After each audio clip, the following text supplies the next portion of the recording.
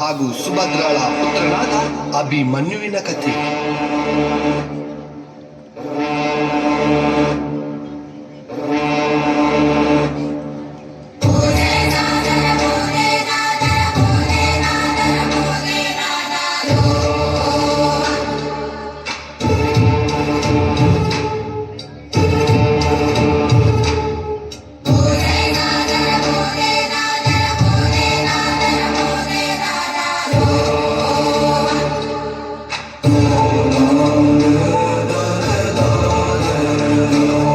ಅಭಿಮನ್ಯು ಶ್ರೀಕೃಷ್ಣ ಹಾಗೂ ಅರ್ಜುನನಿಂದ ಎಲ್ಲ ರೀತಿಯ ಯುದ್ಧ ಕೌಶಲ್ಯಗಳ ವಿದ್ಯೆ ಹೊಂದಿದ್ದ.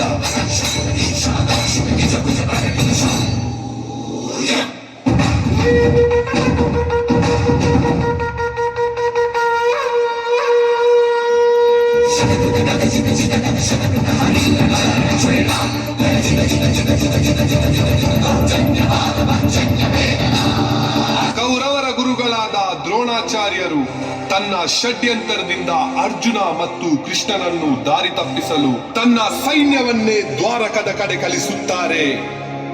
ಅದೇ ಸಮಯಕ್ಕೆ ಸರಿಯಾಗಿ ಕೌರವರು ಪಾಂಡವರ ಸೈನ್ಯವನ್ನು ಸದೆಬಡಿಯಲು ಚಕ್ರವ್ಯೂಹವನ್ನೇ ರಚಿಸುತ್ತಾರೆ. ಸಾವನ್ನೇ ಎದುರಿಸೋ ವೀರನಂತೆ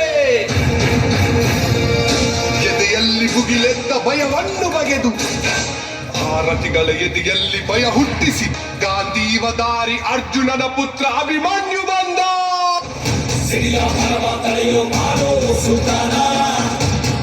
ಜೀವನ ಬಿಸಿಲ ಕಾಯೋ ಸುಲ್ತಾನ ಭಕ್ತಿ ಉಳಿಯೋ ವ್ಯಕ್ತಿಯಂತೆ ದೀಪ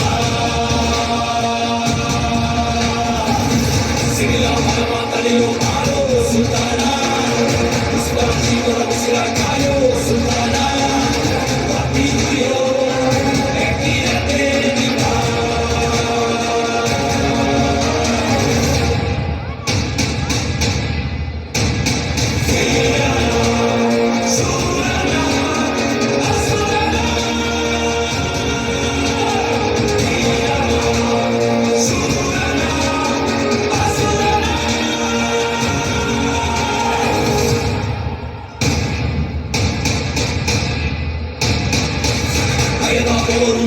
ಬಾರೋ ಸುಲ್ತಾನ ಹುಡುಗೋ ಹುಡುಗ ಗದರಿಸಿ ನಿಲ್ಲೋ ಸುಲ್ತಾನ ಭಕ್ತಿ ಪ್ರಿಯೋ